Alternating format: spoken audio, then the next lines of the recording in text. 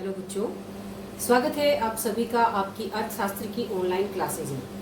तो चलिए अपनी आज की क्लास हम शुरू करते हैं। आज हम पढ़ेंगे मैक्रो का सेकंड चैप्टर, समष्टि अर्थशास्त्र की मूलभूत धारणाएं, और इसकी लास्ट वीडियो चैप्टर भाग 4। तो इस 4 भाग जो वीडियो है हमारी, इसके अंदर हम पढ़ेंगे मूल्य ह्रास की धारणा, और ये इस चैप्टर के लास्ट में आता है। मूल्य ह्रास यानी कि डेप्रिसिएशन। तो क्या होता है डेप्रिसिएशन, इसके बारे में हम पढ़ेंगे, कंसेप्ट ऑफ डेप्रिसिएशन। तो जैसा कि हमने अब तक हम पढ़ चुके हैं कि जो हमारी स्थिर परिसंपत्तियां होती हैं, जो फिक्स एसेट्स हमारे होते हैं, like plant, machinery, in fix assets का जब हम प्रयोग करते हैं, जब उत्पादन का काम किया जाता है, तो प्लांट का, मशीनरी का, टेक्नोलॉजी का, सब चीज़ों का यूज किया जाता है। हम अपने फिक्स एसेट्स का यूज करते हैं। तो इनका यूज करने के कारण क्या होता है, इनके मूल्य में कमी आ जाती है। ये मूल्य में कमी क्यों आती है, ये मैंने यहाँ पर लिखा है। सबसे पहला कारण मूल्य में कमी आने का सामान्य टूट फूट, जिसे हम normal wear and tear rate बोलते हैं। सामान्य टूट फूट क्या होती है, सामान्य टूट फूट, इसके बारे में मैं आपको बताऊंगी।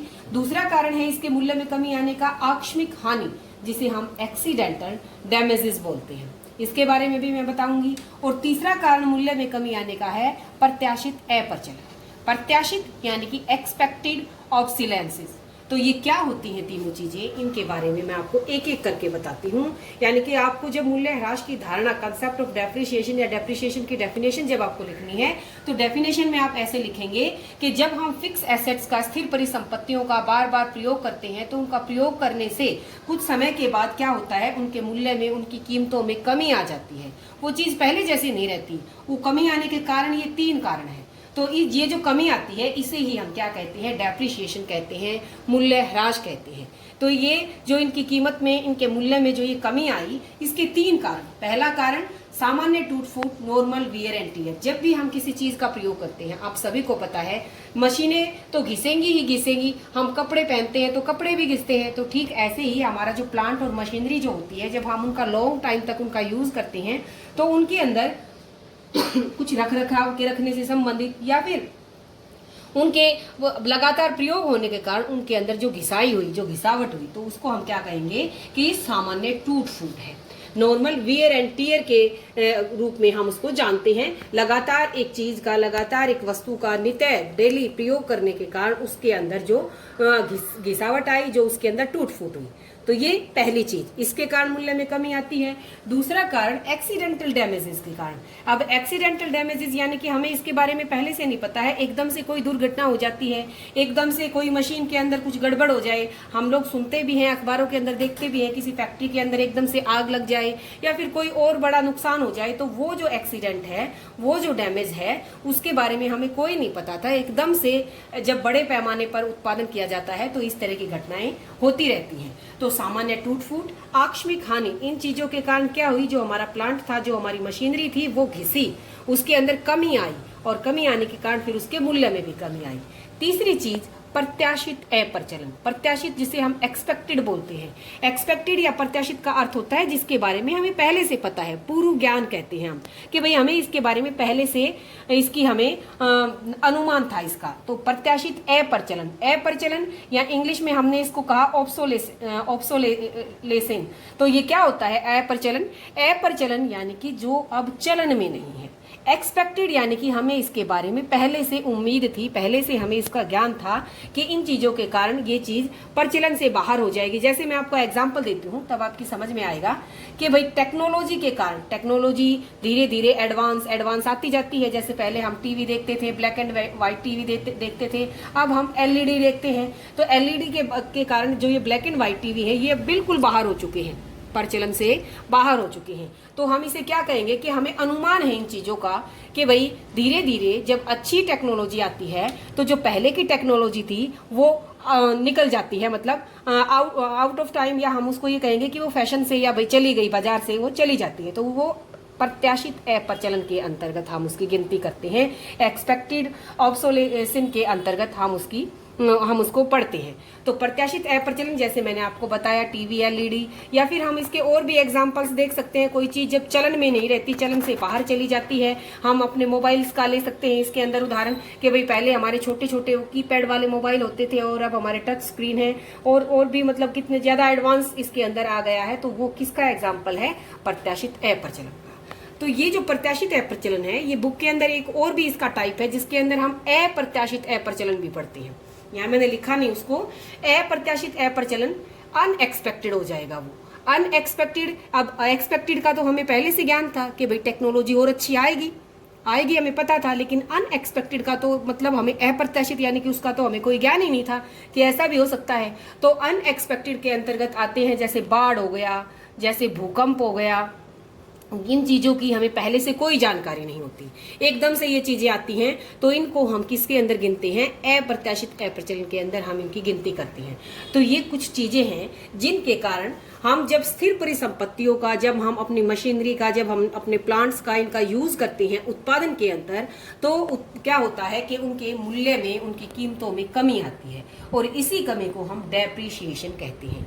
इट मीन्स डेप्रिसिएशन के अंदर ये तीनों चीज़ें होती हैं। डेप्रिसिएशन में सामान्य टूट फूट भी होती है, आकस्मिक हानि भी होती है, और प्रत्याशित अप्रचलन भी होता है। तो मेरे ख्याल से आपको समझ में आ गया होगा। तो इसका बहुत ही अधिक इंपॉर्टेंस भी इसकी बहुत ज़्यादा है। अब इसकी इंपॉर्टेंस क्यों ज़्यादा है, मूल्यह्रास या डेप्रिसिएशन क्यों महत्वपूर्ण है? क्योंकि मैंने बताया कि जब भी हम किसी चीज़ का प्रयोग करेंगे तो वो घिसेगी भी, टूटेगी भी, उसके अंदर नुकसान भी होएगा। तो ये सारी चीज़ें होने के कारण उनकी कीमतों में कमी भी आएगी। तो उत्पादक वर्ग क्या करता है, इसके लिए वो अपना एक अलग से फंड, एक अलग से कोष रखता है जिसे हम पुनः स्थापन कोष कहते हैं। अगर वो ये फंड नहीं रखेगा तो इट मीन्स क्या होएगा, इसकी पुनः स्थापन नहीं कर पाएगा। वो पुनः स्थापन नहीं कर पाएगा तो फिर क्या होएगा, धीरे धीरे चीजें घिसती जाएंगी, और एक टाइम ऐसा भी आएगा कि हमारी सारी पूंजी, हमारी सारी मशीनें जो है वो क्या हो जाएंगी, खराब हो जाएंगी। तो पूंजी के स्टॉक में क्या आएगी, कमी आएगी, और इस कमी के आने से फिर उत्पादन में भी कमी आएगी। तो इसीलिए डेप्रिसिएशन हमारे लिए बहुत ही, ये फंड, ये जो कोष है, ये बहुत ही महत्वपूर्ण है। अगर ये नहीं होगा तो फिर इन चीज़ों की पुनः स्थापना होने में बहुत ही मुश्किल आएगी। तो एग्जाम्पल भी मैंने इसके अंदर बता दिया किस तरह से होता है कि मान लिया कोई मशीन है, कोई एक मशीन हमारी 1 लाख रुपए की आई है, तो 1 लाख रुपए की आई है, तो उसी के हिसाब से कि भाई वो 1 लाख रुपए की मशीन मान लिया हमारी 5 साल चलेगी, 4 साल चलेगी, तो उसी के हिसाब से फिर हम अपना एक फंड रखते हैं। हर साल उसके अंदर हम उतना जमा करेंगे। जब 5 साल 10 साल के बाद जब वो मशीन बिल्कुल बदलने के लायक हो जाती है, तो उस फंड से हम उस नई मशीन को वहां ले आते हैं, उसकी पुनः स्थापना हम कर देते हैं। तो कुछ जो उसकी टाइम है, टाइम ऑफ पीरियड है उस मशीन का, भाई 5 साल 10 साल के बाद जब वो मशीन आउट ऑफ मतलब चली जाती है, उसका काम के आने के लायक नहीं रहती, तब हम उसकी क्या करते हैं, पुनः स्थापना करते हैं। तो ये हुआ मूल्यह्रास, जिसके अंदर 3 चीजें होती हैं, सामान्य टूट फूट, आकस्मिक हानि और प्रत्याशित अप्रचलन। इसके अलावा मैंने आपको अप्रत्याशित अप्रचलन के बारे में भी बताया। अब एक और कंसेप्ट आता है आपकी बुक के अंदर जिसका नाम है स्टॉक व प्रवाह। स्टॉक और इंग्लिश में हम प्रवाह को बोलते हैं फ्लो। स्टॉक इंग्लिश का ही शब्द है, तो स्टॉक एंड फ्लो क्या है, तो इसको हम देखते हैं। कई बार इसमें से हमारे मल्टीपल चॉइस में क्वेश्चन आ जाते हैं कि भाई पूछा जाता है कि भाई ये स्टॉक है या प्रवाह है। तो जब हमें ये समझ में आएगा कि स्टॉक क्या होता है और प्रवाह क्या होता है, तभी हम ये बता पाएंगे कि ये स्टॉक है या फ्लो है। तो समय के एक निश्चित बिंदु, ये बिंदु यानी कि एक पॉइंट के ऊपर, एक टाइम का जो पॉइंट है उसके ऊपर जो मापी जाने वाली मात्रा है, उसे तो हम क्या कहते हैं, स्टॉक। लेकिन प्रवाह क्या है कि ये समय की एक अवधि से अवधि, समय की विशिष्ट अवधि में मापी जाने वाली मात्रा, यानी कि वो मात्रा जिसे हम एक पॉइंट ऑफ टाइम के ऊपर मेजर कर सकें, तो वो तो हो गई हमारे स्टॉक। पॉइंट ऑफ टाइम, आज अभी इसी समय किसी चीज को मैं माप सकती हूँ, उसका मेजरमेंट कर सकती हूँ, वो कितनी है, तो वो स्टॉक है। लेकिन अगर मैं उसे आज अभी नहीं कर सकती, लेकिन उसे एक अवधि के अंदर, एक पीरियड में, हर सप्ताह के लिए या हर दिन के लिए या हर महीने के लिए, इस तरह मैं उसे एक पीरियड ऑफ टाइम के अकॉर्डिंग अगर मैं उसका मेजरमेंट करती हूँ, देन वो क्या है, फ्लो है, प्रवाह है। तो स्टॉक क्या है कि वो समय के एक निश्चित बिंदु पर मापी जाने वाली मात्रा को तो हम स्टॉक कहेंगे। जैसे हमारा अकाउंट स्टेटस, मैं आज अब इस समय मेरे अकाउंट में कितना पैसा है, मैं उसको मेजर कर सकती हूँ, तो अकाउंट क्या हो गया हमारा, ये एक स्टॉक से संबंधित चीज हो गई। लेकिन समय की एक निश्चित अवधि, पीरियड ऑफ टाइम से संबंधित जो चीज है उसे हम फ्लो कहेंगे। जैसे हम आय की बात करते हैं, इनकम की बात करते हैं, इनकम हर महीना मिलती है हमें, तो इस महीना इतनी है, नेक्स्ट, तो ये क्या हो गई, एक पीरियड ऑफ टाइम से रिलेटेड हो गई, तो वो क्या कहलाएगा, हमारा फ्लो। तो इन दोनों में अंतर यही है कि ये पॉइंट ऑफ टाइम से संबंधित है, ये पीरियड ऑफ टाइम से संबंधित है। इसके अलावा इसके अंदर हमारे कुछ एग्जाम्पल्स आते हैं जिनको पढ़कर आपको ये और भी क्लियर हो जाएगा। जैसे संपत्ति, जिसको हम वेल्थ कहते हैं, हमारी संपत्ति कितनी है। अगर हम इस संपत्ति की बात करें तो इसे हम आज एक बार एक समय के, एक टाइम ऑफ पॉइंट के ऊपर हम इसको गिन सकते हैं कि भाई मेरे पास पैसा इतना है, मेरे पास ये चीज इतनी है, तो उसको मैं वैल्यू को कैलकुलेट कर सकती हूँ, तो वो टाइम ऑफ पॉइंट से रिलेटेड हो गई, इसलिए किसका एग्जाम्पल है, स्टॉक का। ऐसे ही लेबर फोर्स यानी कि जो लोग काम करने के योग्य हैं, तो काम करने के योग्य कितने हैं, हमारी जनसंख्या टोटल कितनी है, मेल कितने हैं, फीमेल कितने हैं, उसमें से 18 से 60 के बीच के जितने हैं वो हमारा श्रम बल है, तो हम उसको निकाल सकते हैं। 18 से 60 के बीच का कितना हमारा लेबर फोर्स है, तो वो भी क्या हो गया, हमारा स्टॉक से संबंधित हो गया। इसके अलावा कैपिटल, हमारी पूंजी, कितनी पूंजी है हमारे पास, वो भी एक टाइम ऑफ पॉइंट के ऊपर, क्योंकि हम इसको मेजर कर सकते हैं, इसलिए ये भी किसका एग्जाम्पल है, स्टॉक का है। बैंक डिपॉजिट, जैसा कि मैंने अभी ऊपर बताया था, ठीक है। इसी के अलावा छत की टंकी में पानी, टंकी में के अंदर पानी कितना है, उसे हम एक पॉइंट ऑफ टाइम के ऊपर अभी, अब वो वर्थ कितना है, तो हम उसको क्या कर सकते हैं, मेजर कर सकते हैं, तो ये क्या हो गया, ये स्टॉक का एग्जाम्पल है। ऐसे ही distance between Delhi to Mumbai, Delhi to Mumbai के बीच में डिस्टेंस कितनी है, वो एक्यूरेट कितनी होगी, उसे भी हम मेजर कर सकते हैं पॉइंट ऑफ टाइम पे। तो ये सब किसके एग्जाम्पल हुए, स्टॉक के। अब फ्लो को देखते हैं। इनकम, मैंने बताया इनकम कैसे है, ये मंथली होती है, ईयरली होती है, तो इस तरह से, या फिर डेली होएगी, तो वो क्या हो गई, वो पीरियड से संबंधित हो गई, टाइम ऑफ पीरियड से, तो ये किसका एग्जाम्पल हुआ, फ्लो का।